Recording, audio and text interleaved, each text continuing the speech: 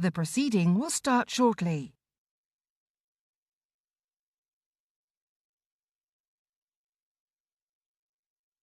The proceeding will start shortly.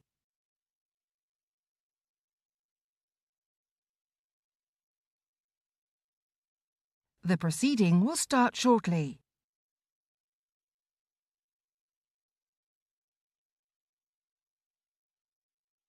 The proceeding will start shortly.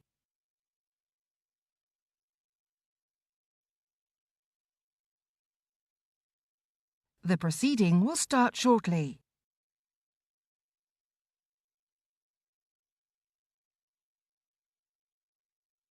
The proceeding will start shortly. Order, order, and welcome to this end-of-term meeting of the Liaison Committee where we're cross-examining the Prime Minister. And I wonder if I can just place on record, Prime Minister, first of all, our thanks for your coming after a very hectic first few weeks in office, but also that your time is under pressure, which means our time is under pressure. If you want to leave on time, please don't give long answers. We'll keep the questions short. If you keep the answers short, then we'll get you out on time. But if you are too well briefed and you have too many statistics, we will have to detain you. So please keep to the point. We will crack straight on with our first topic, which is on international issues, starting with the war in Ukraine. Alicia Kearns. Thank you, Chair. Prime Minister, if I may, I will take you around the world with as many questions as I have time for. You've ordered a Goldman Sachs-style review of UK support for Ukraine. The media say this is a sign you'll be less steadfast in your support for our Ukrainian allies. The Defence Chair and I would like you to commit today to unreserved support for Ukraine no matter the outcome of this audit. Yes, I wouldn't necessarily read too much into the press reports. I'd look at my actions, I'd say. First of all, the first foreign call I made was to President Zelensky. The first bilateral foreign trip I made was to Kyiv. I've spoken to President Zelensky probably a couple more times since then. I've also organised for him to speak to the G7 leaders, also the GEF leaders, yesterday where I was at the GEF summit, and committed to maintaining or increasing our military support to Ukraine next year. So those are all the actions to date in the 7 or 8 weeks that I've been in office. Of course we will continue to support Ukraine. I think both what all of us would want to see is Ukraine successfully repel Russian aggression, and it's important that we maintain support but also evolve the support for the conditions that we're seeing on the ground in the battlefield, and that's what I'm keen to do. Thank you. Turning to Russia's backers in Iran, Obama's greatest regret from his time in power was listening to his advisors when they told him not to back the Green Revolution in Iran. Today, the JCPOA is failing, the women of Iran are being brutalised, Iran's committing assassinations across Europe and perpetrating war crimes in Ukraine. How are you standing by the people of Iran, and will you now sanction the Islamic Revolutionary Guard Corps as you promised in the leadership competition over the summer? I think the protests that we're seeing in Iran send a very clear message that the Iranian people aren't satisfied with the path that the government has taken. We stand very much with the people of Iran. I think the treatment of protesters is quite frankly abhorrent. That's why, in terms of actions, this year the Foreign Secretary summoned the most senior Iranian official here to express our view to them, and then over the course of 3 different days, on the 9th of December, the 14th of November and the 10th of October, we've sanctioned over almost 40 different individuals connected with the protests, including the so-called morality police. And on the 14th of December, we, together with international allies, kicked Iran out of a UN Commission on the Status of Women. And on the IRGC specifically, which you've so we already sanctioned the IRGC in its entirety, and typically we wouldn't comment on prescription. I believe you've prescribed them but not sanctioned them. No, we sanctioned the IRGC in its entirety. The separate list of terrorist organisations that are prescribed is kept under review, and we generally wouldn't comment on prescriptions. Why won't you comment? Because we wouldn't comment on processes that may or may not be underway. It's a frustrating Foreign Office quirk. The security services have rightly identified China as our greatest national security challenge, but we have no strategic coherence on this. We have fallen short putting forward key resilience strategies. We've failed to protect refugees on British soil from Chinese diplomatic brutality. You promised to change China policy on day one if you were made Prime Minister. So how have you done that? Just before going to China, just to finish on Iran, it's worth saying whilst Russia and Ukraine remains our number one foreign policy challenge as we go into the new year, I am increasingly concerned about Iran's behaviour, the treatment of their citizens, their regional, I'd say, what they're doing in the region, which is destabilising, and indeed the nuclear programme. So I think it's something that we'll need to spend an increasing amount of time on going forward. Now, with regard to China again, I would just say, look, I've been doing this 7 or 8 weeks, and if we just look very practically at the steps that we've taken in that time, I've always been clear that China represents systematic challenge to our values, has very different values to ours, but what matters is the actions that we are taking, and there's a handful. First and foremost, we use the powers under the National Security and Investment Act to block the increased stake in Newport wafer fab. Secondly, when it came to the decision to greenlight Sizewell, we ensured that the Chinese state nuclear company was no longer going to be a part of that project. Thirdly, we've removed surveillance from the HMG estate, which is connected with the national intelligence law in China, and then most recently as well, we've organised 50 other countries in the UN for a resolution in the committee regarding Xinjiang. Those are all concrete steps in just the last 7 or 8 weeks that we have taken, which I think demonstrates my commitment to stand up to China where it's in our interest to do so. So where that takes us back to your policy of robust pragmatism, how does our dependence on China, how much does that keep you up at night when rowing up your ability to be robust rather than just pragmatic? Yeah, so I mean, the actions that I just outlined are all robust actions. We talked about resilience, and that's why we didn't think it was appropriate for the Newport wafer fab transaction to go ahead as planned. We blocked it. That's why we've removed the surveillance technology from the HMG estate. That's why we've removed CGN from the Sizewell project. Those are examples of robust action to protect ourselves against economic and other threats. All I'd say is it's also important that our approach to China is aligned with our closest allies. Having discussed it with President Biden and indeed the Prime Ministers of Japan and Australia, I believe that our policy is aligned, and there will be many things that we do have to have a dialogue with China on, whether that's global public health, climate change, or the macroeconomy. It makes sense to do that. And very finally, Chair, we seem to have a real issue tying down our policy when it comes to our relationship with Turkey. They've been an important conduit between Europe and Russia over the last few months. But since 2019, Erdogan has carried out attack after attack on the Kurdish people. He's now claiming he's going to roll in the tanks to eradicate them. This could A, jeopardise our success against Daesh, and B, see atrocities prevented en masse. So what is HMG doing under your leadership to step in to deter Turkey from undertaking these heinous attacks? I've spoken to the President both at the International Summit we were both at, but also bilaterally as well. We'll continue to use all our offices to encourage Turkey to do the right thing. And most recently, we worked constructively with them on ensuring that the Black Sea grain deal was renewed, and that was something that they helped play a part in. Thank you. A couple of questions quickly of my own. It is, of course, astonishing that we allowed China to carry on doing what they were doing for so long, and I'm certainly, for one, pleased with the direction the government's taking. But coming back to Russia, the Defence Secretary made a statement this afternoon pointing out this is the 300th day of the war that was meant to take a few days and has been militarily disastrous for Russia. But are we underestimating their will? What do you make of Russian willpower? Because they are putting everything into the fight. The Russian doctrine of total war and victory at any cost seems to be very apparent.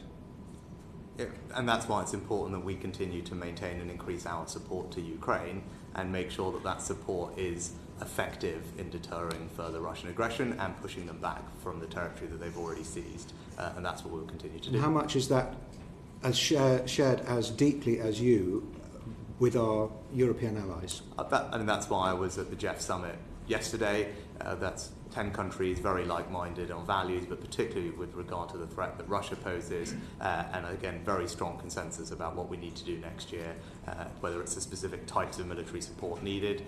Those are the types of things we discussed yesterday, and those conversations I've had more broadly as well. And the Defence Chair, if he was here, would be asking what's happened to the lessons learned document in the Ministry of Defence about lessons learned on the Ukraine conflict, particularly about replenishing our munitions, which the Defence Secretary said will be replenished, not are being replenished, and of course the resilience of our munition supply chains, which have turned out to be very threadbare. What are we doing about that? It needs money. Yes, and we are replenishing our munitions. I think, as the Defence Secretary probably acknowledged, as you just acknowledged as well, Bernard, the issue is less money than it is supply chain capacity in the short term. That is the challenge. I mean, that is a gating or limiting factor on our ability to get some of the support we'd like to see flowing to Ukraine happening quicker. But one thing, the point right at the beginning is we need to make sure that we get them what they need. The priorities at the moment are air defence, armoured vehicles and artillery and munitions. The contract that we've just signed, £250 million, will ensure that there's a ready supply of artillery next year, but also on a monthly basis so Ukraine can plan with certainty, which they haven't always been able to do because of the supply chain. Our contract that we've put in place will give them that certainty and reliability next year, which will be helpful. Thank you. Clive Betts for Levelling Up Committee. Thank you, Chair. Good afternoon, Prime Minister. I'm going to talk about the situation with Ukrainian refugees in this country. I'm sure all our thoughts this Christmas will be with our Ukrainian guests, and particularly children who are going to be spending Christmas in a foreign country thinking of their loved ones back in Ukraine. And also thanks to the wonderful hosts who've hosted 100,000 Ukrainian individuals in our country. Unfortunately, 3,000 Ukrainian families have presented themselves as homeless in the last 6 months, and many of those families, including children, will spend Christmas in temporary accommodation. Is that really acceptable, Prime Minister? We should get to that situation in a wealthy country like we are. Well, I think the first thing to say, as you did, Clive, is to express our gratitude and admiration for the thousands of British families who have opened up their hearts and homes to accommodate Ukrainian refugees. As I said previously, many of them will be setting an extra place at their Christmas table in a week's time, and that is enormously to their credit. Now, the way that we did this was through the Homes for Ukraine scheme, as you know, and that was with sponsor families taking people in. The announcement that we made just recently extends the thank you payments to those families for a further 12 months, also increases them from £350 a month to £500 a month. And to your other point, we've provided, I think, about £150 million of funding to local authorities to help mitigate homelessness in the second year. Well, it will mitigate. It certainly won't solve the problem of homeless refugees, because we've got the Afghan refugees as well on top of that. But you mentioned the payments to sponsors. Richard Harrington, when he was Minister, said that the payments should be doubled. Last week the government announced an increase from £350 to £500 a month for families, but only after 1 year. On the committee, we've met hosts of Ukrainian families who are thinking about giving up after 6 months, and the pressure of the cost of living is one of those issues. Prime Minister, can't you just be a bit more generous, increase the payments a bit more, and bring them forward to stop homelessness increasing amongst refugees? It's worth bearing in mind that it's not just payments to the families that the government is making, it's also payments to local authorities. As you'll be familiar, there's a tariff of over £10,000, which has meant over £1 billion of funding has also been flowing to local authorities to help them with preparations. But the Housing Secretary has also made available £500 million in funding for a local authority housing fund.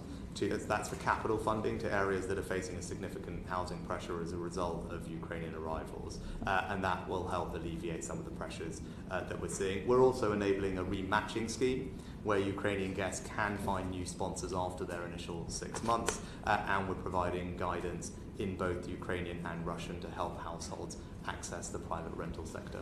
But you just mentioned the help to local authorities, Prime Minister, which was £10,500 per person per year. But you've just cut it from January the 1st to £5,900 for new arrivals. So if £10,500 was the right figure this year, why is only £5,900 the right figure next year?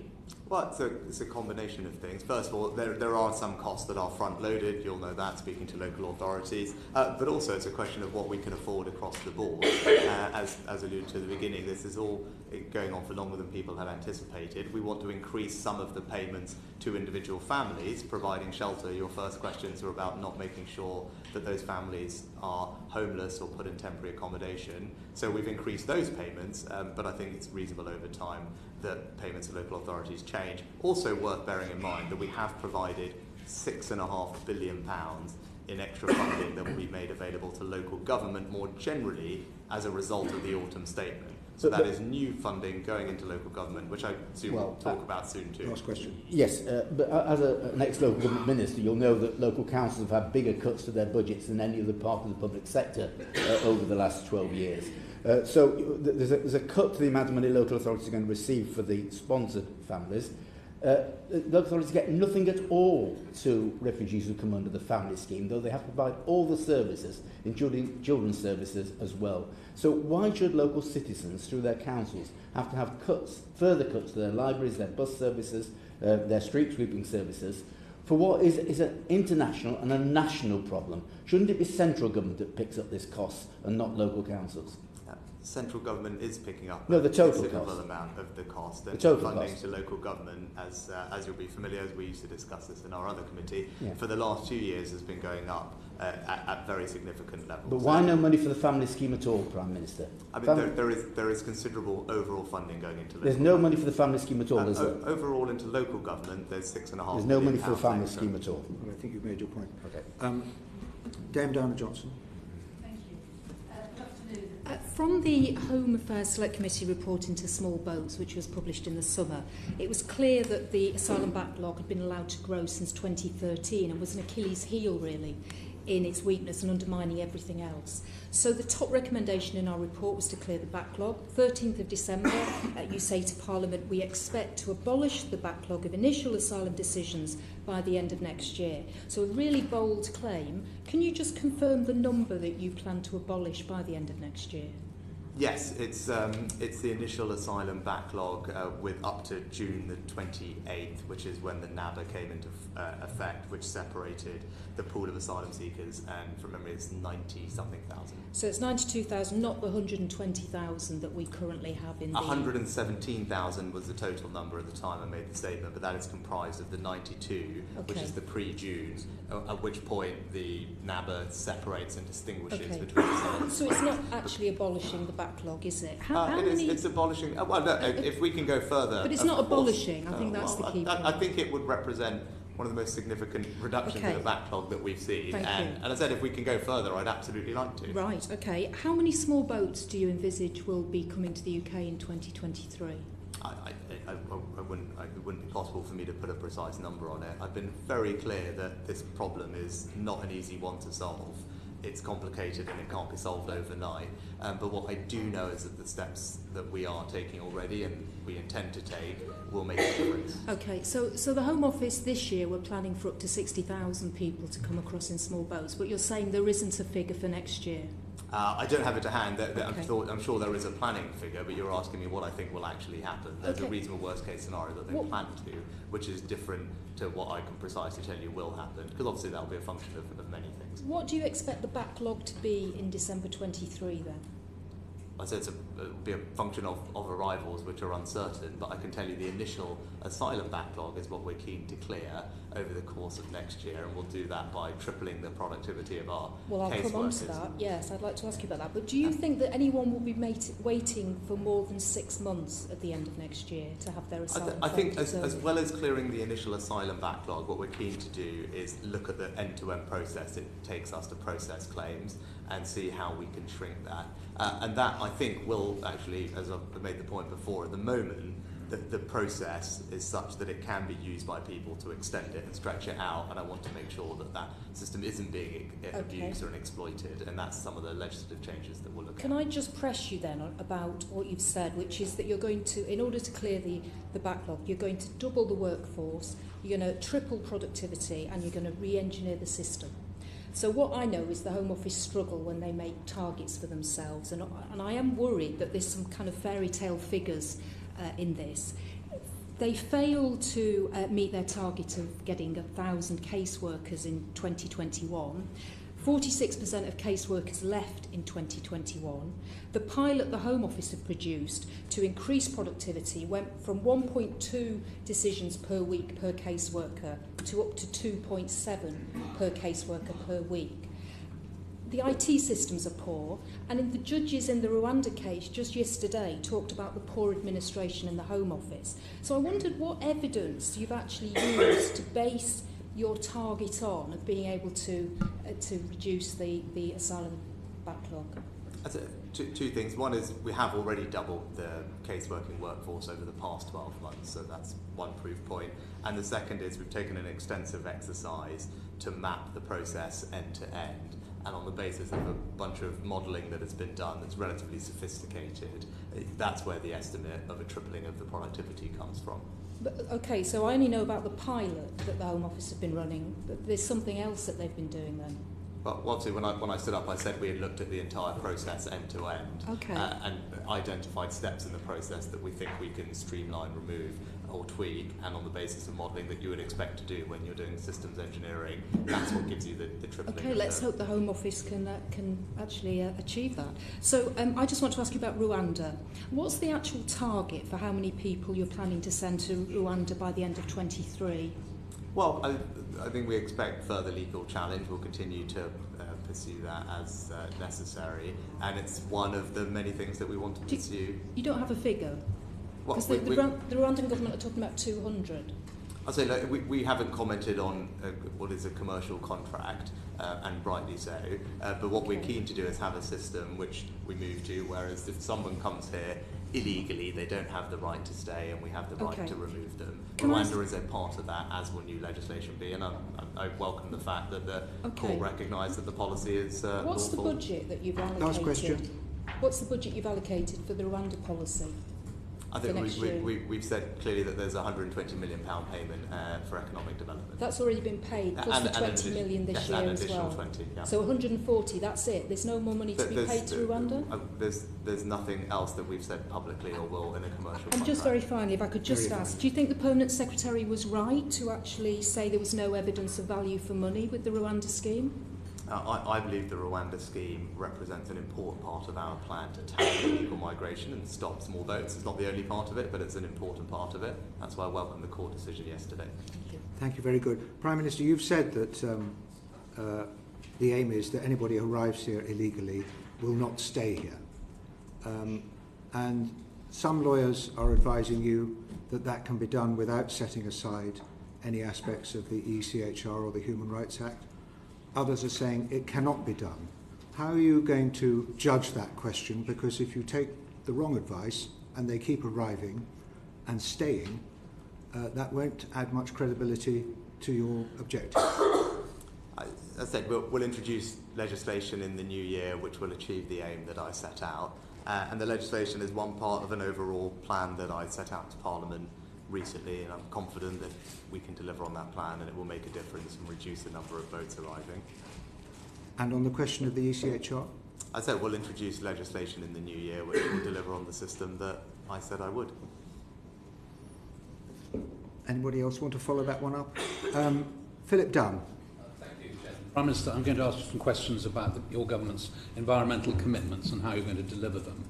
Following the conclusion of the COP27 conference, which I was pleased you attended, I asked you on the floor of the House how you were going to personally ensure that as the structures for COP26 were dismantled with the teams and the structures of government changing, how were you going to deliver our nationally determined contributions? And you said you would personally drive it through government.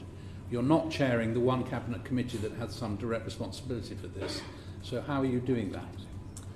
I think a couple of things, Philip. First of all, that cabinet committee, those decisions still come to me as part of the collective agreement process. So again, ultimately, I'm the ultimate decision maker. And the second thing, the number 10 team are intimately involved in all aspects of it, whether that's my office sitting on that committee specifically, the delivery unit process currently going over all the targets we have, and the policy unit involved with departments.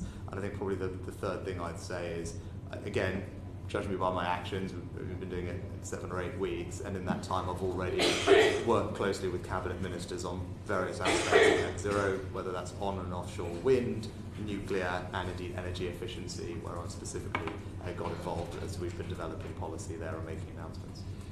The government lost a case in the High Court in relation to its net zero strategy. Are you involved in the review to refresh that strategy by the end of March?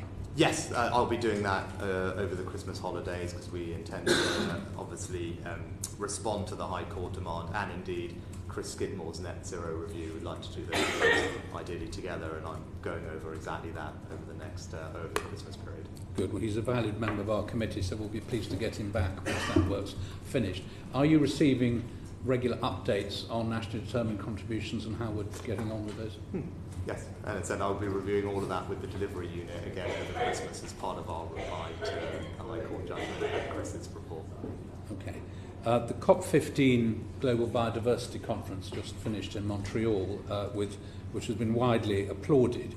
Our commitments under that include commitments to protect habitats and species. How do you intend to deliver on those targets by 2030? Yeah, if you don't mind, Philip, just pay tribute to Therese Coffey and Zach Goldsmith and indeed Will Lockhart and the rest of the team for their efforts. Something everyone can be proud of. The UK demonstrated real leadership. We did under our COP presidency by putting nature at the heart of how we'll meet our climate objectives, and I think we followed that up in Montreal, and that was recognised by leaders around the world. In terms of delivery on it, I think what we will have is an environmental improvement plan which will be published early in 2023, which will mean that progress can be monitored and the government can be held accountable for the actions to recover nature. We obviously have a legally binding set of targets recently we published as part of our World Leading Environment Act, and I'm excited to get on and deliver that because it can make an enormous difference, and it's something where we are unequivocally leading the world in. Well, I think we're leading the world in designating areas, both on land and the marine environment that we're responsible for through our overseas territories and around our waters around the UK, but much less so in enforcement. There have been a lot of concerns from NGOs in particular that the enforcement of our regulatory agencies lacks teeth, lacks resources, and therefore lacks enforcement. Are you able to respond to that by providing more resource for enforcement? Well, I'm not familiar with the specific concern. I know certainly on water pollution and sewage, for example, we've given Ofwat considerably more powers as part of the legislation that we passed, where they can levy fines of up to, from memory, I think £250 million at the outset, which is an example of us beefing up the regulators where we think that there's a problem. So it's not something that we've shied away from where we think it's necessary. It's something I'd happily keep an eye on. I don't disagree with you. We need to be able to enforce the rules that we set. That's what we've done with Ofwat, and if there are ways we need to do that, I'd happily look at that, as I'm sure the Secretary of State would, if appropriate. Thank you, Chair. Thank you very much. Harriet Baldwin on economic issues now. Thank you, Chair. Prime Minister, inflation is clearly the biggest economic challenge facing our country at the moment, and the blame for that, most of it, can be squarely laid at the doors of the Kremlin. But when you were Chancellor, there clearly were inflationary pressures emerging even before the invasion of Ukraine, and the Bank of England was running a very loose monetary policy, but you were running a very loose fiscal policy. Can you tell us what you most regret about your time as Chancellor? I actually, when it comes to fiscal policy, I think I was getting criticism for tightening fiscal policy ahead of others, because I specifically made the point about inflation and interest rate risk at a time when many people were telling me I could rely on rock bottom interest rates forever and borrowing was fine and we could spend what we liked. And I didn't think that was right, said that it wasn't right, and that's why I think in spring of 2021, I talked about it towards the end of 2020, and in spring 2021 introduced a set of measures to actually start putting the public finances on a much more sustainable track. And at the time, many people said that we were the first country to do that and it wasn't necessary. So I think on that, actually, I'm proud of the record that I have. No one gets these things perfectly right. I'm not pretending I did, but I do think that we were right to identify that as a risk and take steps earlier than others did to start mitigating it. I think in terms of other regrets I have, the one thing that it was more apparent, well, in hindsight, that it's still a tricky thing to fix, and I think it might be that Stephen wants to talk about it a bit later, is inactivity. And I think that it's just what was going on in the labour market I think caught everyone by surprise. And again, all very well in hindsight, but at the time everyone thought when furlough ended and things like that, there would be mass unemployment, and I was getting criticism for ending furlough. That wasn't the issue, and the issue was very much on the other end, where the labour market was not as large as we would like it to be. Now, had we known about that earlier, I wonder if there are things we could have done to stop people leaving, because it's always better to stop people leaving the labour market than to try and attract them back once they've left. I'm not sure there are obvious answers, but that's something that clearly we need to address now. But you do know about that issue now, and yet the Chancellor in the autumn statement announced next year's cost of living payment of £900. The committee welcomes the fact that that has been increased and announced, but it will apply to only those on means-tested benefits, which means that someone who moves out of that means test and earns £1 extra will lose £900 in terms of that cost of living payment. So that's a ridiculous cliff edge that plausibly you're now baking into the system that could act as a way in which people could be very much disincentivised from entering the labour market at higher pay. And we published a report last week on that, recommending that those cliff edges be dealt with. And do you support our recommendations? So I think when you're dispensing that type of support, the scale, it's a third of all households are in receipt of it. You have to do things that are also operationally deliverable and simple. I totally acknowledge the point, like wherever you have an eligibility criteria that it won't be perfect. I think I'd probably say there's three things. One is it's not a single payment, partly to address the concern that you raised, Harriet. It's two payments split, so that straight away means that people who flow in and out of benefits, as many people do, have two bites of the apple. 6, Prime Minister. Again, that's the question then on operational delivery and what actually is possible for DWP to administer without having people waiting a long time and getting it right. I think the second thing is you can also appeal your benefit entitlement on the qualifying date, and if it's found to have been successful, you'll have a backdated payment.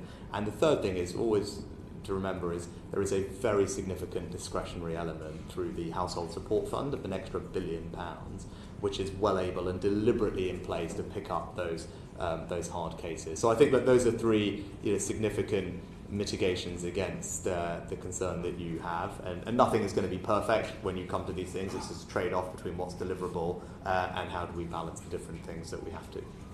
Speaking of things not being perfect, baked into the Chancellor's autumn statement is the assumption that fuel duty is going to rise by 12 pence in the spring.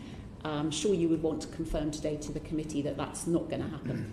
Having previously had his job, I always preferred it when the Prime Minister made absolutely no comments about future tax policy, and so I will very much adhere to that. But it's £6 billion a year during a cost of living crisis, so you're not going to let the Chancellor get away with 12 pence I'm going to let the Chancellor make the policy on fiscal decisions and announce them in the normal way. Well, don't you think that as someone who, as you rightly point out, as Chancellor had to deal with the fact that these are always baked into the numbers and you have to then reverse them, that we ought to come up with a better approach to fuel duty? No, whether I was Chancellor or as Prime Minister, I'd say exactly the same thing, but tax decisions are those that are made by the Chancellor in fiscal statements, and that's the way it should be. Okay, moving on to something that definitely is outside of those. Moving on to something that's definitely in your responsibility, the refinancing of Ukraine and the assets that we've rightly sanctioned here in the UK. What is your view at this moment about how the UK can play a leading role in helping to raise the finance to rebuild Ukraine, including that potentially of the Central Bank of Russia? Quick answer would be I think we've played a leading role so far through leveraging multilateral development bank financing. I think 1.25 billion has been unlocked from the World Bank and others as a result of our guarantees and other support. That's something we'll look to continue to look to do more of, and we're hosting a reconstruction conference this year. Thank you, Chair. Thank you very much. Next year, sorry, I meant. On with the cost of living crisis with the Work and Pensions Committee Chair, Stephen Timms. Thank you, Chair. To nobody's surprise, food bank demand rose sharply last year, and your very welcome decision to operate benefits fully in line with inflation next April will help make sure that doesn't get significantly worse next year. But you said in the Conservative Party leadership contest that you, quote, want to build a country where ideally nobody needs to use a food bank. Is that a realistic prospect, do you think? Yes, I'd like to think so. And I think it's, as I said at the time, I'm happy to repeat, it's sad that anyone needs to use a food bank, but at the same time, I'm grateful to the people that provide those services, many of them in our constituencies, and it's very important, and I'm grateful to them that they do. How long do you think it'll take to end the need for food banks? I think it's important for us to get the economy growing again. The best way to do that is to have an economy that's growing, providing opportunity for people, and enable those to support those who can't work. And that's why all the other things we're doing to strengthen our public finances and reduce inflation is paramount to getting to that point. And in the short term, we've got a range of different support for people, particularly with food, whether that's free school meals, a holiday activity and food programme and others, that will help provide people with the extra assistance, particularly this winter. Do you envisage increasing access to free school meals? No, I think our free school meals policy is universal, as you know, for infants. There's then around 1.9 million who receive free school meals. Beyond that, but extending to junior schools? I think the provision we have is the right provision, but on top of that we have the holiday activity and food programme, which costs about £200 million a year and provides food and activity provision outside of term time. Also breakfast clubs that have been rolled out across many schools, which are helping in the mornings, but also something called Healthy Start vouchers, which don't get a lot of attention, where we increased by quite a significant amount the value of those vouchers, and they allow pregnant mothers or indeed new mothers to get extra support for fresh fruit and milk, for example. Do you anticipate food bank demand will have reduced by the time of the next election? I very much hope so, because I hope that we can actually get the economy growing over the course of the remainder of this Parliament, and that's something that I'll work very hard to deliver. And do you recognise that on the way to eradicating the need for food banks, we will need to improve the social security safety net beyond what's provided at the moment? Well, I think if you look at the stats, I think income inequality is lower in the last reported numbers than it was in 2010. There's over 1 million fewer people in poverty. And several 100,000 fewer workless households, and ultimately the surest route out of poverty is not for a child to grow up in a workless household. So actually I think there's been enormous progress on all those fronts. I think on food bank usage in particular, we need to get a better understanding of it, which is why I think it's important that it's being included for the first time in the DWP Family Resources Survey, so we'll start to get better data on food bank usage, which we haven't had to date. I mean, throughout all those things, food bank demand has continued to rise, except then you increased universal rate by £20 a week, and then it did. So that's why I say I think that we will need to see an improvement in the social security safety net to achieve the eradication that you've held out. Can I just mention a couple of current drivers of food bank demand? Is the local housing allowance is frozen at its 2020 level, so when rent goes up, people have to dip into the rest of their benefits to pay the rent. Disabled people, depending on equipment, have obviously much higher electricity costs at the moment, and 290,000 people claiming disability benefits have recently lost eligibility to the Warm Homes discount scheme. I wonder if in any of those three is any prospect of further help being provided? Well, I'll keep giving short answers, but on the local housing allowance it was increased by a third, and that was worth about £600 odd pounds for around 1.5 million people. That's a very significant cash uplift at the time, which is appropriate to have then maintained. On the Warm Homes discount, again from memory, it was targeted to actually properly targeted on those who most needed help. It was actually increasing the mean. I haven't got the stats to hand. It was increasing the means testing of the benefit, actually delivering it to people who most needed the help. And I recognise the extra costs of those who need devices to help them with disabilities, which is why one of the cost of living payments is £150 to those in receipt of means-tested disability payments, because that will sit alongside the pensioner payment and the general cost of living payment, especially to take account of the fact that you just raised. A final point, if I may, Chair. The Select Committee has published today a report on support for childcare costs in universal credit.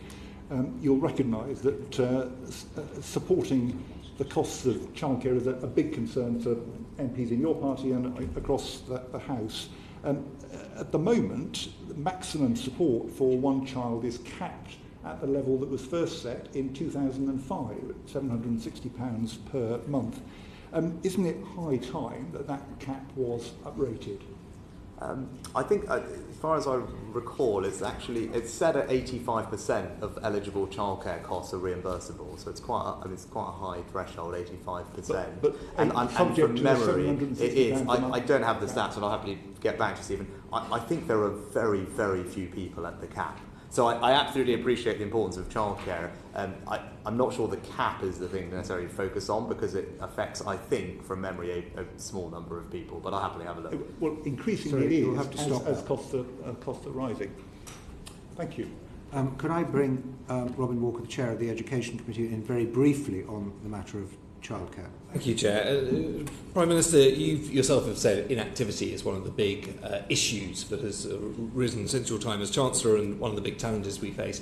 Would you agree that better supporting childcare is one of the ways of combating that, bringing people back into the workplace and supporting people? And with that in mind, the fact that the tax-free childcare, which is supported by the Treasury, only about 1 in 5 children who are eligible for childcare have taken it up. And of those who've opened accounts for tax-free childcare, only about half of them are used. Is that a concern for you? Yes, I mean, I started work on that when I was Chancellor, and that work is ongoing. How to improve the take-up of the existing childcare offers, which are not always well understood, particularly tax-free childcare and the accounts, as you mentioned, Robin. That work is ongoing. I think actually they're changing. We're changing both the promotional material, how we explain it, and how easy it is for people to access and what they can use it on. I think just make the obvious comment. Of course, there's always work to do. We do have one of the lowest rates of inactivity among women, and actually female participation in the labour force in the UK has gone up far more than most other countries, and other people ask us how we've done it, but there is of course more to do, which is why we continue to refine and improve the childcare offers. And finally, thank you, Chairman. Just the early years become more and more important part of education. Our understanding of the benefits of investment in the early years has improved over time.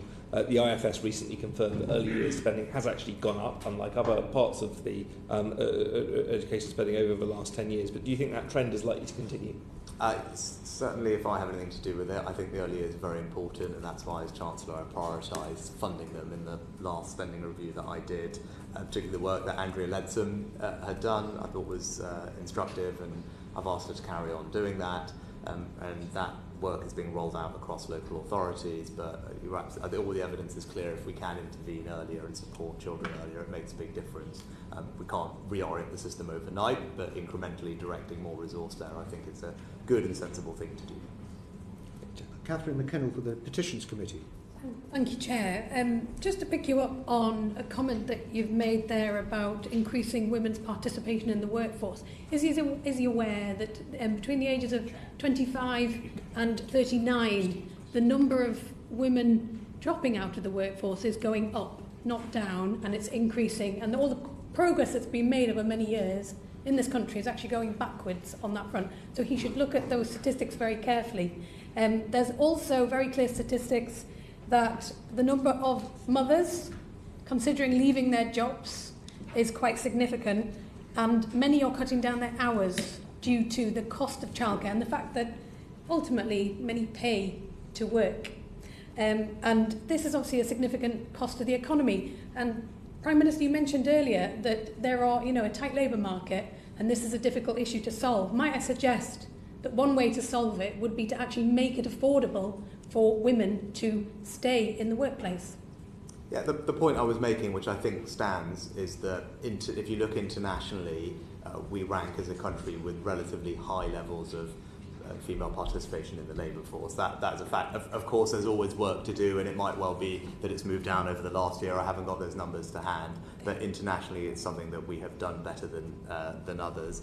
In terms of the inactivity, and we'll continue, as I said already, to continue looking at our offers to see what more we can do to support those with child-caring responsibilities to work if that's what they want to do. The inactivity problem that we're seeing most recently is not, as far as I am aware, driven by an increase in childcarers leaving the workforce. It is much more driven by those over 50 and by an increase in student activity, but particularly the over 50s are the biggest reason for the increase in economic activity. Yeah, because they have caring responsibilities, which is another issue that needs to be addressed. It's not obvious that they do. It's not a problem that is completely well understood, but it is a mix of lifestyle decisions, ill health actually coming up, and other reasons. It's not necessarily for caring responsibilities. I mean, just in terms of your international ratings, we also rate one of the highest, most expensive childcare systems in the world, so he should also bear that in mind.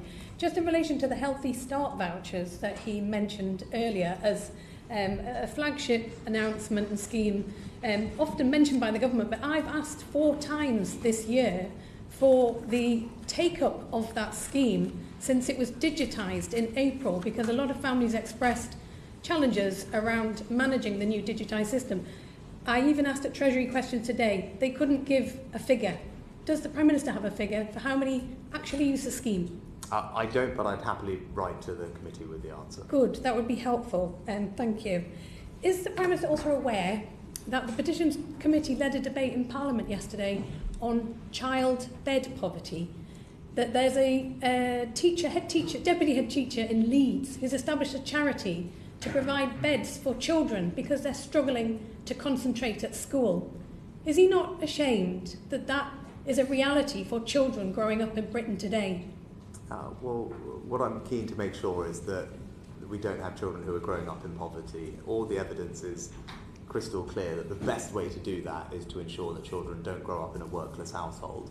And if you can achieve that, they're 5 times less likely to grow up in poverty, which is why I'm pleased that there are several 100,000 fewer households that are like that compared to when the Conservative government first came into office. And that's why ensuring that we can support people into good, well-paid jobs and make sure that we continue increasing the national living wage is really important, because that is the best way to ensure that children don't grow up in poverty. That's what I want to see. We've made great progress. There are hundreds of thousands fewer children in poverty today than in 2010, but of course I want to keep driving that number down. So I just don't recognise what the Prime Minister's saying. It seems to be a parallel reality, because the number of children living in poverty is going up, not down. We're heading for 34% by the government's own measure, preferred measure, which is going to reach the peak of the 1990s. So this is going in the wrong direction, which is why children are going without beds. It's a symptom of child poverty.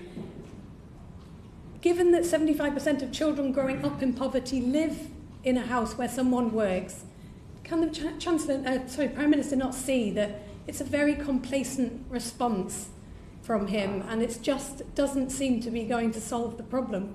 How is he going to solve child poverty? Maybe we're looking at different numbers, but the numbers that I know, and happily to share them with the committee, there are, as I said previously, over 1 million people, fewer people in absolute poverty than there were in 2010. Now, the children component of that, I think, is 200,000 fewer children on that measure in absolute poverty, fewer than there were in 2010. And again, about 1 million fewer workless households today than in 2010. And again, that is by far and away, I think, the biggest driver of a child growing up in poverty. I'm not remotely complacent about it. I don't want any child to grow up in poverty. It's awful to think that they are, and what we should do is continue to reduce it. We've made progress. There's always more to do. I think the most important way to help those children is to make sure that their parents are in good, well-paid jobs. Thank you. Prime Minister, I'm sure you will join me in wishing Steve Brine well, who, as chair of the Health Committee, should be here, but unfortunately he's been taken ill with the flu, and he's asked me to ask his questions for him. We meet on the day of the second nurses' strike, and tomorrow, of course, we have the ambulance industrial action. The government has stressed we have an independent pay review process, but increasingly it seems to be something the other political parties, and especially the trade unions, don't believe in. How big a problem do you think this is, and what do you propose to do about it? Well, it's worth bearing in mind that the pay review bodies have been in existence for a long time, accepted by different political parties as a sensible part of the process. They were used by previous Labour governments as well, and other non-conservative politicians have said that it wouldn't be right to cut across the pay review bodies, and they do exist because pay is obviously difficult, and they exist to come to a sensible, considered and fair view, balancing all the competing interests about what reasonable and pay settlements are. And that's why the government accepted them in full across the board, not just for the NHS. And in many cases, those pay settlements were more than what the government had initially thought was doable, and indeed higher in many cases than what was being offered in the private sector. So I think they are an important part of the process, and the government has respected them. What reform of the pay review process would you like to see? I don't think I've said I do want to see a reform to it. Is that something that you would welcome the Health Committee having a look at? I wouldn't be for me to direct the Health Committee on their investigations. I wouldn't dream of doing so. But sounds like a no.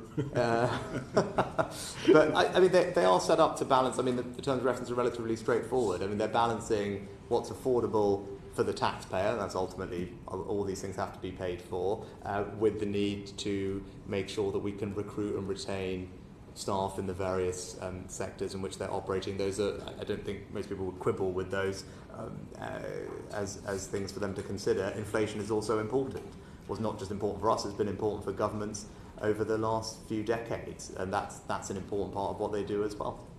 The pay review body will, of course, be looking again in the new year at NHS pay and will report to you in the summer. And it now looks inevitable that the process will provide a much better offer to the NHS then because of the inflation figures. Is that on the agenda for change for next year, and with the promise of such, shouldn't the Royal College of Nurses actually call off their industrial action now this winter while we attempt to scale the COVID backlog and get the extra resources into social care to ease discharge and therefore the very real stress our ambulance crews are facing on a daily basis? I think with regard to inflation, the pay review bodies, when they do make their decisions, are aware of what forward estimates of inflation are, and indeed that was the case for this year's estimates for inflation, which already were in the evidence and in their considerations. And of course, you're right, there will be a body and a process for next year, which among any other things, the Health Secretary has been clear our door is always open to talk to everybody and be constructive about how we approach these things in the future. But that's what I want to see is, the NHS that is able to focus on reducing the backlogs, improving the quality and timeliness of care that people are getting. That's why we've put billions of pounds of extra funding into both the NHS and social care, as you mentioned in the autumn statement, in spite of the other difficult decisions that needed to be made. So I think that represents a clear commitment from the government to the importance of the NHS, making sure it's funded well, but we do need to make sure that money can actually now go and deliver for patients. So in short, what would be your personal message this Christmas to NHS workers and others who are taking strike action or contemplating strike action as we run up to Christmas? I've always been very clear in expressing my gratitude and admiration for our NHS workers and indeed our public sector workers across the world for the job that they do. I've acknowledged that it is difficult. It's difficult for everybody because inflation is where it is, and the best way to help them and to help everyone else in the country is for us to get a grip and reduce inflation as quickly as possible, and we need to make sure that the decisions that we make can bring about that outcome. Because if we get it wrong and we're still dealing with high inflation in a year's time, that's not going to help anybody. I don't want to see that. I want to see things get back to normal, and that's why having an independent pay process is an important part of us making those decisions and getting them correct, and that's why we've accepted those recommendations in full. Well, thank you, Prime Minister. I'm impartial about the quality of your answers, but the brevity is good. And we're on time. We're moving on to the last section of our questions, which is we've called the State of the Union, and it starts with the Chairman of the Scottish Affairs Committee, Pete Wishart. see you here, and I think this committee's disappointed we didn't get the opportunity to maybe hear from your predecessor, such was the pace of events over the course of the past few months. It's now been 4 weeks since the Supreme Court made its decision that the Scottish Parliament didn't have the necessary powers to legislate for a Scottish independence referendum. What happens now? Well, as I've been clear, we respect the decision of the Supreme Court, and we'll continue to focus on delivering for the people of Scotland and working constructively with the Scottish Government to do that. Well, what has happened, of course, is that there's now 6 opinion polls in a row that shows majority support for Scottish independence, and if there was an independence referendum tomorrow, I think there'd be a very good chance that Scottish independence would win. So, again, I ask you, how do we take this forward? How do we start to resolve the situation? I don't think you're expecting that those of us who support Scottish independence should take our ambitions for our nations away. So what is the UK government going to do to respond to the situation? This session's called State of the Union. It's certainly in a state when one part of it seems to want the option of leaving this union. Well, I'm going to continue delivering for the people of Scotland. I think we've talked about all the issues that the country is grappling with, whether it's inflation, the cost of living, more than anything else, but also making sure that we can have health services that are responsive to people's needs, protecting our energy security, standing up to Russian aggression.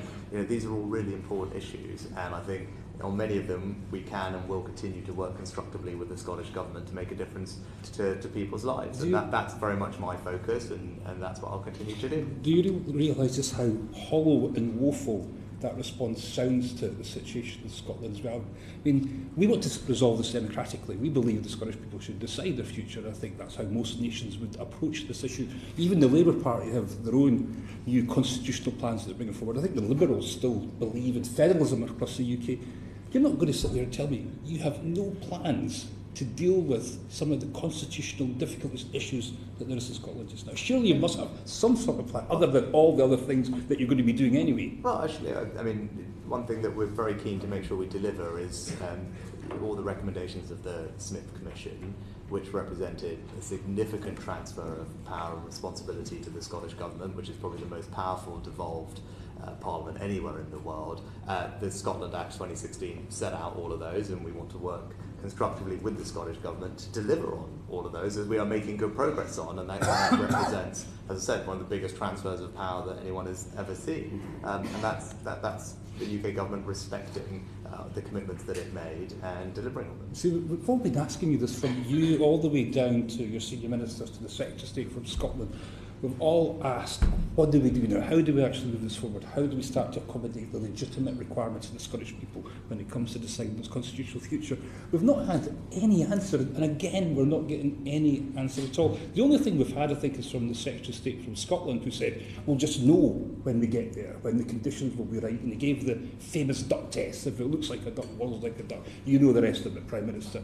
Is that what it is? Is that what we've got to wait for till you decide that the conditions are right for the Scottish people to have this opportunity to decide their constitutional future? Look, my belief is that the Scottish people would like their governments, both their Scottish Government and the UK Government, to focus on the issues that are most pressing at the moment, given the scale of the challenges that we face. I've been very clear that I want to do that in a constructive manner. I want to work in partnership with the Scottish Government where we can, and I think we can, make a difference to people's lives. That's why I called the First Minister very shortly after assuming office. It's why I attended the British-Irish Council that brings together everyone from across our islands in one place to discuss these issues, and I will continue to operate in that spirit and hopefully make a difference on these issues that matter to people at this time. So here's something else I'd love for you, see if you could agree with this or not. That the more you prevaricate on this, the more you sort of say no, your failure to engage into the legitimate demands of the Scottish people, the only thing that's going to happen surely is support for independence is going to continue to grow up, and at some point you're going to have to sit down and deal with that. Why don't you just deal with that just now? Why don't you bring forward the necessary change in the legislation so we could do this? Because the other option surely is support for independence is going to go up, and at some point you're going to have to address this. You do realise that, don't you? Well, what I'm focused on is actually making a difference to the lives of people in Scotland. I think the challenges they face, first and foremost, are with the cost of living and the impact that's having on them. You know, I want to do everything I can to try and alleviate some of those burdens and provide opportunity and jobs for them. And I think we can do a lot of that in partnership with the Scottish Government when we work constructively together, and that's what I'm going to keep doing, and I think that's the right thing to do. Well, I think the Scottish people will be listening to these proceedings and will be very disappointed that you can't even offer one scenario where you're going to engage positively with what the Scottish people seem to want. But just lastly from me, Sir Bernard, if that's all right, you're the only senior government minister that was given a fixed penalty notice during Partygate. The other recipient of one, of course, is facing the Privileges Committee with some very serious sanctions. Do you think that we've been unnecessarily hard on your predecessor, but one, or maybe too lenient on yourself? Yeah, I mean, I've addressed that in the past, so I haven't got anything further to add, and I wouldn't be my place to comment on the Privileges Committee, which is obviously independent from government. But I would just say, disagree with something you said before about what Scottish people see about engaging positively. That's exactly what we are doing. We are engaging positively with the Scottish Government. That's why I called the First Minister shortly after taking office, indeed on the first day. It's why I went to see her and other devolved leaders very shortly after taking office, the first UK Prime Minister to attend that gathering since 2007. I think that serves as a demonstration that I do want to engage positively to make a difference to the lives of people in Scotland. I could tell you're unhappy about because I think that's the right thing to do. I'm going to keep doing that. And actually, you know, just recently, and when I was Chancellor, we made sure that we can invest directly in Scottish communities through the Levelling Up Fund. Those investments are making a real difference on the ground for those communities, and I think that's an example of what we can do, and I'm going to keep doing more of it. I'd just like to point out that the references to the Privileges Committee have nothing to do with fixed penalty notices. They're about a completely separate matter. As a member of the Privileges Committee, I think I'm entitled to say that. Joanna Cherry. Thank you, Chair. Good afternoon, Prime Minister. In September, the current Home Secretary told a fringe event at your party conference that ultimately the United Kingdom would need to leave the European Convention on Human Rights. And last week, when we had the Deputy Prime Minister and Lord Chancellor in front of the Joint Committee on Human Rights, I asked him about his position on the Convention, and he said, and I quote, "The government's position is very clear. We rule nothing out. Nothing is off the table for the future." So can you confirm whether you agree with your Home Secretary and whether the Deputy Prime Minister accurately described the position of your government to my committee? Yeah, I mean, I've been very clear, as I said previously. I want to deliver an immigration system, which means that when someone comes here illegally, they don't have the right to stay, and we will be able to return them either to their own country where it's safe, or a safe third country alternative where that makes sense. And we'll introduce a legislation next year, and I'm confident we can deliver on the system that I wanted to put in place. But what I asked you is whether the Home Secretary is correct to say ultimately we'll require to leave the Convention. As I said, we'll put in place the legislation next year, and I'm sure we'll be discussing it at the time. Do you disagree with her? I don't think I was in government at the time that she made the comment, so I'm not familiar with it. But what I can tell you is the system that I'm going to deliver as Prime Minister that I'm working with the Home Secretary on. And you'll see the legislation next year, and no doubt we will have the opportunity to debate it then. But I wouldn't want to speculate on that now. Well, despite the high turnover of Prime Ministers, you were in government last week when the Deputy Prime Minister told me that it wasn't off the table. Is that correct? Leaving the Convention is not off the table for your government? I said I want to fix this problem, right? And I'm going to do everything that I need to fix the problem of illegal migration and small boats coming here. And we'll introduce legislation in the new year that will help us do that. As I said, there's lots of different things we need to do. Legislation is a part of it. Rwanda is a part of it. Our approach to Albania is a part of it. But I'm confident that we can deliver on all of these things. When will the British Bill of Rights bill have a second reading? I don't have a specific date. As with all these things, it's when parliamentary time allows. Has it been deprioritised in order to allow you to concentrate on the new immigration legislation you've just mentioned? I know. I'm a new Prime Minister. You would expect me to look at the entire legislative programme and then make decisions on that basis. You know, some things we need to do sooner rather than later, and as it is, for example, with Northern Ireland, where we had to make decisions because of the lack of a functioning executive. That meant that legislation had to be introduced at that time, not something I was anticipating beforehand. So, you know, those are the types of things that come up, but, you know, we're keen to deliver on illegal migration, and that's something that I've said is a priority. The Bill of Rights bill is very much Dominic Raab's baby, very much his pet project. If the allegations of bullying against him, which are currently being investigated, are found to be true, and he has to resign, would that be the end of the Bill of Rights? I mean, I don't think you'd expect me to comment on either of that. I would just point out there was also a manifesto commitment to update the Human Rights Act. But there wasn't a manifesto commitment to repeal and replace the Human Rights Act, was there? You know, there's lots of different ways of doing it, but I'm making the broader point that a commitment to update the Human Rights Act, you know, was there from 2019. Yeah, but my point is that Dominic Raab's bill doesn't update the Human Rights Act, it repeals it and replaces it with something else. So are you saying that the option of simply updating it is still on the table? I was making the broader point that that's where the genesis of the policy comes from. But there are some very practical, sensible things that it would be good. I think everyone hopefully would agree. You know, whether that's deporting more foreign national offenders who are using their Article 8 right to a family life to stop being deported, whether that's convicted terrorists in prisons who are somehow able to use their right to socialise, to stop being separated from other prisoners, where we think actually that will cause more radicalisation, and indeed was the recommendation from an independent reviewer of counter-terrorism for us. So, you know, where we're not able to deliver on those very sensible policy things because of the way the HRI is being interpreted, it seems entirely reasonable to look at how best to resolve those. Will your new immigration laws contain any provisions derogating from the European Convention on Human Rights? Again, I'm not going to speculate on future legislation now, but I'm going to introduce legislation next year that will deliver on the immigration system that I want to see, which is if someone comes here illegally, that we will have the right to remove them to either their own country or a safe third country alternative. They should not have the ability to stay here. That's, I think, quite frankly, a common sense position that is held by the vast majority of British people, and that's the system that I want to deliver.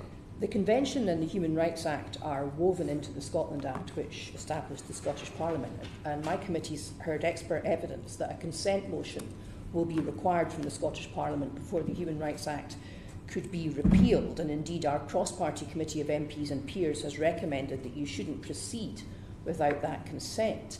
Now, you made great play to my colleague Pete Wishart a moment ago about your new agenda with the Scottish Government, and when you took over as Prime Minister, you said you wanted to reset the relationship between Westminster and Holyrood, and that the union between Scotland and England should be collaborative and constructive. So in that spirit, will you respect the vote of the Scottish Parliament if it withholds consent to the repeal of the Human Rights Act? What I've said is I want to make sure that we work through the Seal Convention processes, that there is good engagement and constructive dialogue, and that's what we will try and do. Yeah, but if the outcome of the process is the withholding of consent, will you respect that in the spirit of collaboration and constructive engagement that you've promised? I don't think anyone would expect all governments across the United Kingdom to agree on absolutely everything, but where we can work collaboratively and constructively together, we will do. And even where we disagree, it's right to have engagement about those things. You know, that's the approach that I will take. Very short. You said a moment ago that the Scottish Parliament was the most powerful devolved parliament anywhere in the world. Wouldn't you expect such a powerful devolved parliament to be able to protect the human rights laws woven into its foundation document? You know, I'd expect the Scottish Parliament to continue delivering for its people on the things that matter, whether that's, you know, schools or policing, and working with the UK government where it makes sense. Prime Minister, would you welcome proposals from anybody on how to deliver your objective of being able to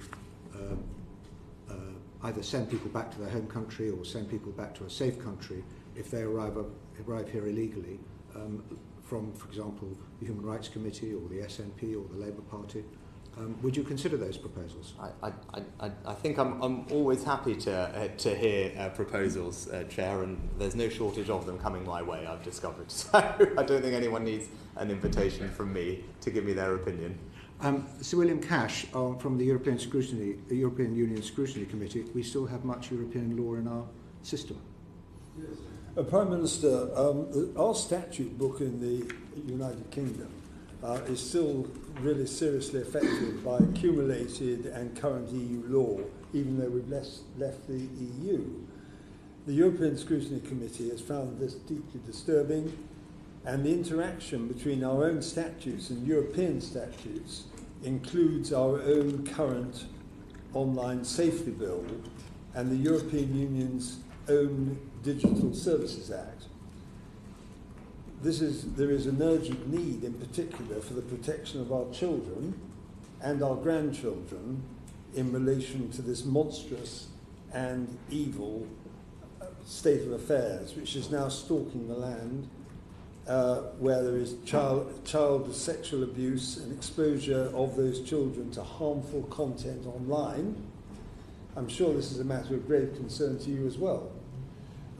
This is combining to destroy young people's lives and their families, even driving some children to suicide, such as in the tragic case of Molly Russell, and the inquest proved that that was the case. There is massive secrecy, as we now know through lobby documents, which have recently been released by the Corporate European Observatory under Freedom of Information procedures, within those institutions and the procedural labyrinth of the EU, including the trilogue system, with big tech firms recently spending more than £27 million on lobbying in just 1 year, not only in the EU itself, but also here. We've tabled and are now drafting further amendments to our online safety bill to impose personal criminal liability on those, and including imprisonment, for those senior managers who willfully fail to comply with their statutory safety duties and who, by the abuse of their platforms and algorithms, fail to protect children from online harm. In this matter, we are fully supported by the NSPCC and by other children's charities and by very many MPs across the floor of the House in the national interest. Can I ask you this, please? Do you appreciate the nature and the scale of this problem? And would you therefore meet myself and others in the first week of the new year, before the report stage on the 16th of January, to ensure that our own online safety bill is amended to include the concept of safety controllers, and so that senior directors and managers will be made personally and criminally responsible if their service fails to comply with children's safety duties, which has resulted in profound tragedy and harm to our children, whatever the European Union has itself decided to legislate for itself? Will you please give me some clear understanding that you will support the proposals of the NSPCC and myself and others in this matter? Well, first of all, I think this is a really important piece of legislation for exactly the reasons that you outlined, Sybil. At the moment, our children are not as safe as they deserve and need to be online, and our bill, I think, is a world-leading piece of legislation that's been designed to ensure that large tech companies take more responsibility for the safety of their users, particularly children. There's strong protections in there for our children. They've been welcomed by stakeholders across the board. And to your point on the powers that we have to hold them to account, Ofcom will now be able to fine them, or will be able to fine them, up to 10% of their global turnover, which is obviously very significant. It can obviously direct them to make specific improvements to their platforms. It can force third-party services to remove content, and senior managers are, under the bill, already able to face criminal sanctions if their company doesn't comply with Ofcom's requirements. I know that the Culture Secretary has been engaging with all parties widely. The bill has been widely supported, not just by all the former Secretaries of State, but by children's groups and others. And as I said, something that we are leading the world in, and I'm sure she'll continue to engage with colleagues as the bill makes its way through Parliament. But don't you accept the premise from which I've set out the question I put to you, asking you if you would meet with us to discuss these matters, because unfortunately there is a serious lacuna here, and the criminal responsibility to which you refer is one stage removed, it is not direct, and it does not deal with the problem as the NSPCC and others have clearly stated. Okay, I'm sure the Culture Secretary will continue to engage on the specific detail, but as I said, the principle of the bill, as far as I understand it, and what we want to achieve is that senior managers could face criminal sanctions if the company doesn't comply with Ofcom's particularly information requirements, but I'll happily have the Culture Secretary pick that up. So, Prime Minister, something to look forward to in the new year, a meeting with Sir William Cash. I will get the Culture Secretary to pick it up immediately. Thank you very much. Thank you, Sir William. Sir Bob Neal for the Justice Committee. Good to see you, Prime Minister. How seriously do you take the government's obligation under the Constitutional Reform Act to uphold the independence of the judiciary and to provide adequate resource for the efficient discharge of the justice system? Of course, I'm committed to the independence of the judiciary, Sir Bob. It's absolutely a cornerstone of how I see the world. And you're right about resourcing. I think we're investing about £138 million additionally into the criminal legal aid sector, for example. And we've already implemented, I think, a 15% increase to most fee schemes. I know it's something that you've thought about and mentioned in the past. And I think in sum it will mean that our criminal legal aid lawyers will receive the biggest boost to their compensation in some decades. Would you accept a situation where, despite that investment, which I recognise, people can be waiting for 2 years for a serious sexual offence case to be heard, or a small business can wait 18 months for a money claim or a contract dispute to be resolved? It is not really efficient. Yeah, we absolutely have a challenge with the backlog in our court system. I think we were making progress as a result of COVID, let's be clear, and that's why the spending review in 2021 we allocated almost £500 million extra over the rest of Parliament to try and get those backlogs down. We were making progress until the barristers' strike, but we need to now obviously redouble our efforts. Some of the things we are doing is recruiting up to 1,000 new judges and removing the limit on sitting days, also providing more support for remote hearings and the continued operation of Nightingale courts. I think all of those initiatives will help us move through the backlog. You're absolutely right, though. We want people to have swift and timely access to justice, so this deserves our attention, and it's getting it. I believe you're due to meet the Lord Chief Justice of England and Wales in the new year. Will you make a point of particularly listening to the concerns he has raised with the Justice Committee about the senior judiciary have about the delays and pressures on the system as it currently stands? Yeah, I look forward to meeting him and having that conversation. Do you also accept that legal certainty is important for British business and for investment in the UK? Yes, I think that you're right, actually, as well about that. It's not just the individuals, but for business as well. It's important that we have timely justice and certainty.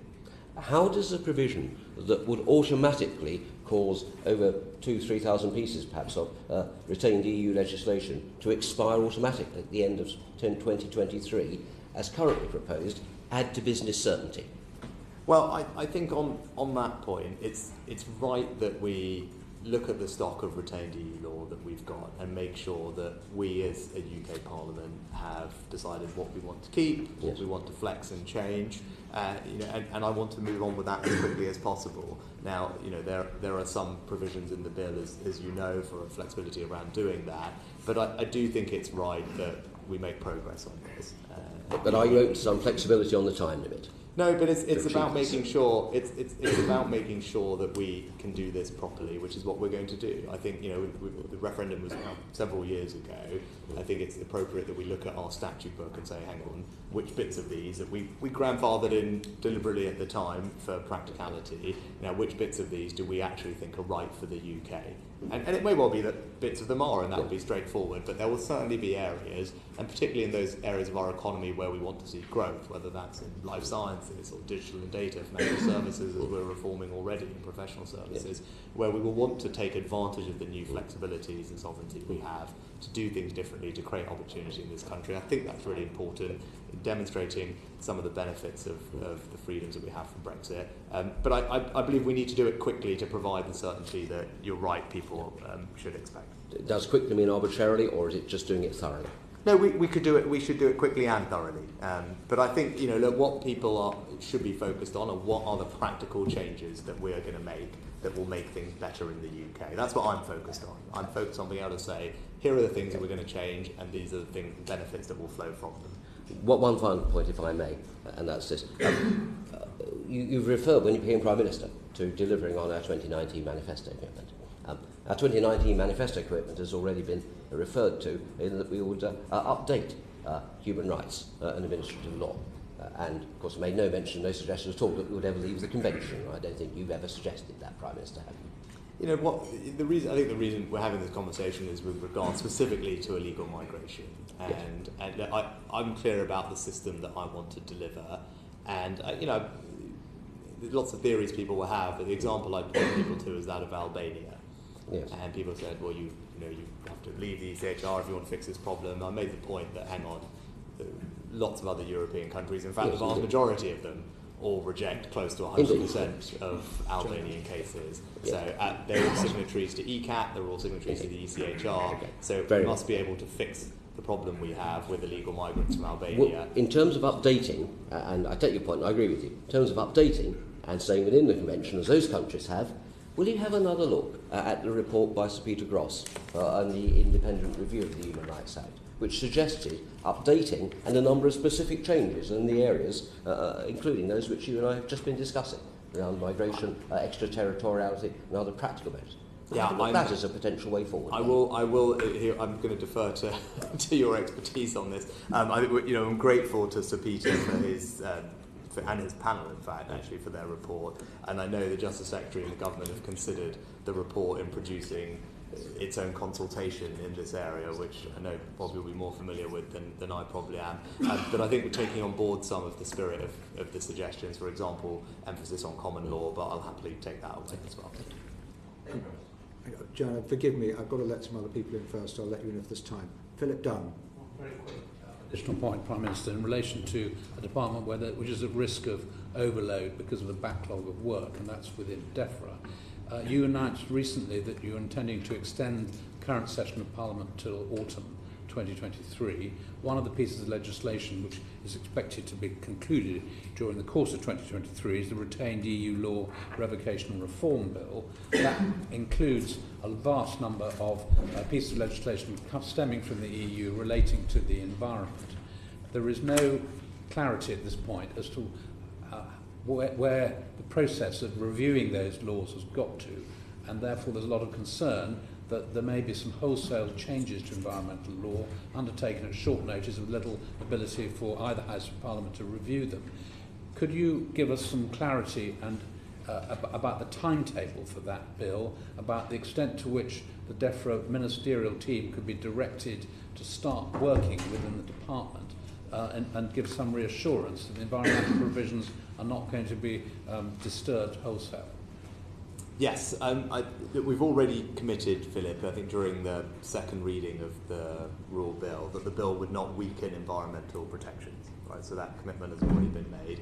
What we want to do is use the powers in the bill to ensure that our own environmental law is functioning and able to drive the continued improved environmental outcomes that you and I think everyone wants to see, and making sure that the UK regulatory framework is tailored and appropriate for our own country. I think you'd also just look at the proof points. We've already introduced Fisheries Act, Agriculture Act, Environment Act. Those are all ambitious reforms to all those areas post leaving the EU, which I think we've done successfully and world leading in many cases. And we've already repealed over 140 bits of retained EU law in the DEFRA space, particularly the European Fisheries Control Agency, for example. Now, in terms of process from here, there's a public dashboard, I think, that DEFRA have put in place. They're working through it, and we expect that dashboard to be updated in the new year to reflect the full extent of the rule regulations that we think are in scope. I'm looking forward to continue working with you and others to make sure that we get this right. Thank you. On this subject, one minister told me that officials are being constrained from drafting replacement regulations and consulting on them because they're not allowed to do that until the legislation is on the statute book.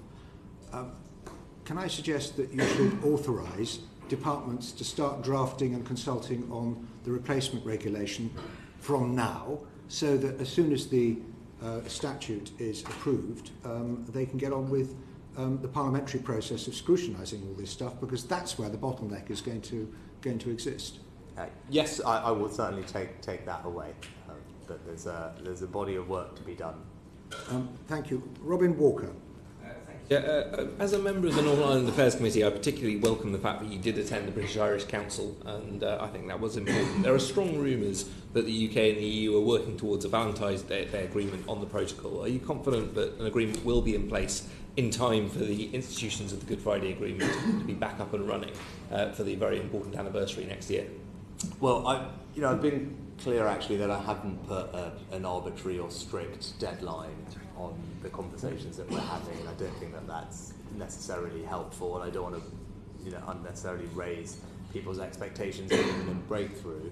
What I am committed to doing is working constructively with our European partners to see if we can find a way through this to resolve the very clear challenges that the protocol presents to Northern Ireland's place in the Union. I want to see those problems fixed. I want to protect Northern Ireland's place in the Union, and the Foreign Secretary met with President Sefcovic just recently, and those talks are ongoing. Thank you. And one issue that affects every part of the UK in the education space is the issue of international students. There's been recent suggestions that there could be some kind of a crackdown or reduction in the numbers, and yet when I've visited universities, whether it's Queen's, Belfast, Cardiff, Glasgow or indeed Worcester, they all value the international students, both the economic and cultural benefits that they bring. I remember when I was at the DFE, we celebrated hitting the milestone, the target of 600,000 international students as an unequivocally good thing. Do you think that is a target we should continue to pursue? Do you think we should go further, or do you think there is actually some reason to reduce the numbers? No, first of all, I think international students do make a significant economic and cultural contribution to the UK's higher education sector and indeed the UK. I think they enrich the university experience for all students, actually, and it's a good thing. And I think the point just to recognise is the target that we set of 600,000 was for 2030, and we met it several years earlier. I think that's some sort of sign of success, but obviously it just causes one to look at the situation. But I think no one is doubting the contributions that those students make to the UK and the economy. And do you agree, given all our universities are elite institutions, the suggestions of only allowing some to welcome international students and not others is a non-starter? Look, it's not something that I've spoken about. I want to make sure that we attract the best and the brightest to the UK. That's something that we would always want to do. There's a global competition for talent, and we want to make sure, actually, funnily enough, our visa system for highly skilled people is very competitive. Those are the reforms that we've put in place. We'll always continue to attract people here. We just want to make sure that people, when they're here, are contributing one way or another. I think that's an important foundation of a proper migration system. Thank you, Prime Minister. Finally, there's been briefing that you're looking at a British baccalaureate for post-16. Given we're talking about the Union, what conversations have there been with the devolved administrations about that, given that education is wholly devolved in Northern Ireland, Scotland and Wales? And how can we call it a British baccalaureate if it's England only? Yeah, I think that the main focus of, as the Secretary of State, I think probably said previously at the Select Committee, is about looking at maths, actually, is something that I've spoken about in the past. And we are an outlier country in the kind of lack of maths study after 16 compared to almost everyone else, and we certainly lag behind numeracy when it comes to young adults, or we significantly lag behind the OECD average. And given how important that is for people's opportunities in life and their ability to have good jobs, I think it's worth us looking at that and seeing whether we've got things as we would like them, if we're really focused on making sure that our children, our grandchildren have a fantastic future ahead of them. Thank you. I should have just mentioned that Mr Walker is standing in for the chair of the Northern Ireland Committee, who couldn't be here today, and he serves on the Northern Ireland Committee as well as chairing the Education Committee. How he finds the time for that, I don't know. Well done. Catherine McKinnell. Thank you, Chair. Given you said it will be one of the first things that you do, and you've already outlasted the last Prime Minister, where is your independent ethics advisor? Yes, I'm hopeful I can make an announcement on that soon. It's important to me to get someone who I think is right for the job, and rest assured I'm hard at it. And I said hopefully we can have an announcement soon. Okay, and I appreciate you can't comment on ongoing legal proceedings, but do you regret ignoring the warnings about lack of basic checks, which have resulted in an estimated £6.7 billion of public money being wasted to fraud on COVID contracts? Again, I've addressed this extensively in the House, and in the interest of finishing on time and keeping my answers short. There's absolutely no tolerance for people who have defrauded the system. It's wrong, particularly at a time of crisis, and they will be relentlessly and rigorously pursued, as they already are being. They've had dozens and dozens of arrests, billions of pounds recovered, and specialist agencies set up to go after people who have perpetrated this. But I would say that the newest estimates of fraud across some of the schemes during coronavirus are now, not only have they reduced by a third from where they were, they're now either in line or lower than the fraud that you would expect from a typical government programme, and considering the speed and scale at which they were implemented, actually it is positive, but there's obviously work to do, and we will keep going after people. The question was, do you regret ignoring the warnings? I actually don't think that's the right characterisation at the time, if anything, and I could, in the interest of time I won't go into it, I could regale you with many quotes from many politicians from all parties about how we weren't going fast enough in removing checks and bureaucracy from businesses' ability to access Can I just press loans. you on one thing? When you were Chancellor, you lost a minister in the Lords who was very clear that he did not feel that this was being treated seriously enough in the clearing up operation. What has changed since then? Actually, many of the things that he mentioned are already happening. Whether it's a new public sector fraud authority, more resources into the crime-fighting agencies, more arrests. A dashboard was something that he was particularly concerned about, which was already being implemented, which is important for comparability of statistics across different lenders, for example, and recovery and bounce-back loans. So all those types of things are actually were being implemented and are being implemented. Right, we are now a minute over time, but please could you give us time for 2 one-liners. Joanna Cherry. Yeah, you mentioned a British baccalaureate there. I'm not saying it's a bad idea, but it would of course be an English baccalaureate, wouldn't it? Because education's fully devolved, and Scottish students already do a wider range of subjects at their higher level than in England. Yes, as I said, my focus was looking at maths post-16. Yeah, but my point is, it wouldn't be a British baccalaureate, it would be an English one, because education is fully devolved to the Scottish Parliament. I'm not actually talking about a baccalaureate, I was just talking about actually people studying more maths after the age of 16. That doesn't mean it's in a baccalaureate, there's lots of different ways people But do you can accept study my point? maths. Yeah, it was the same point that Robin made.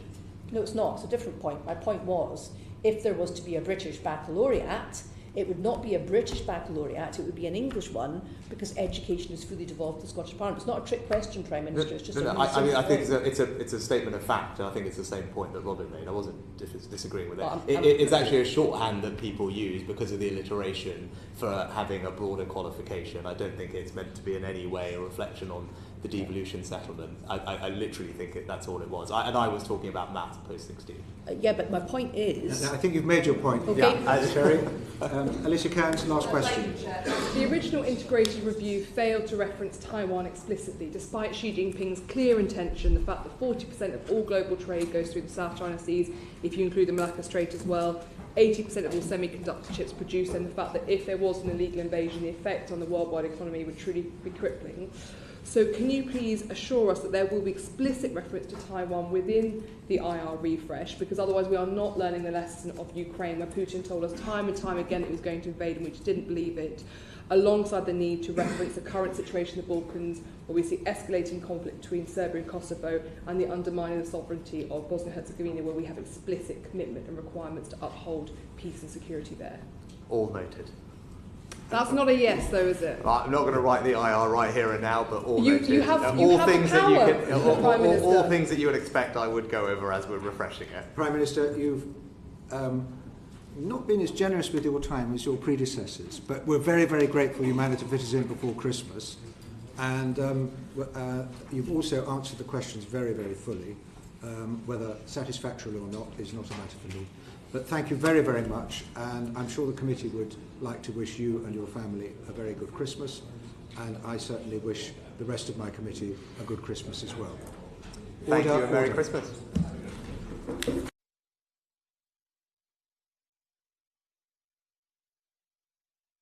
The proceeding has ended.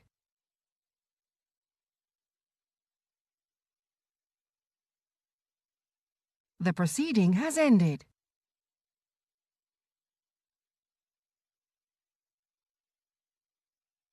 The proceeding has ended.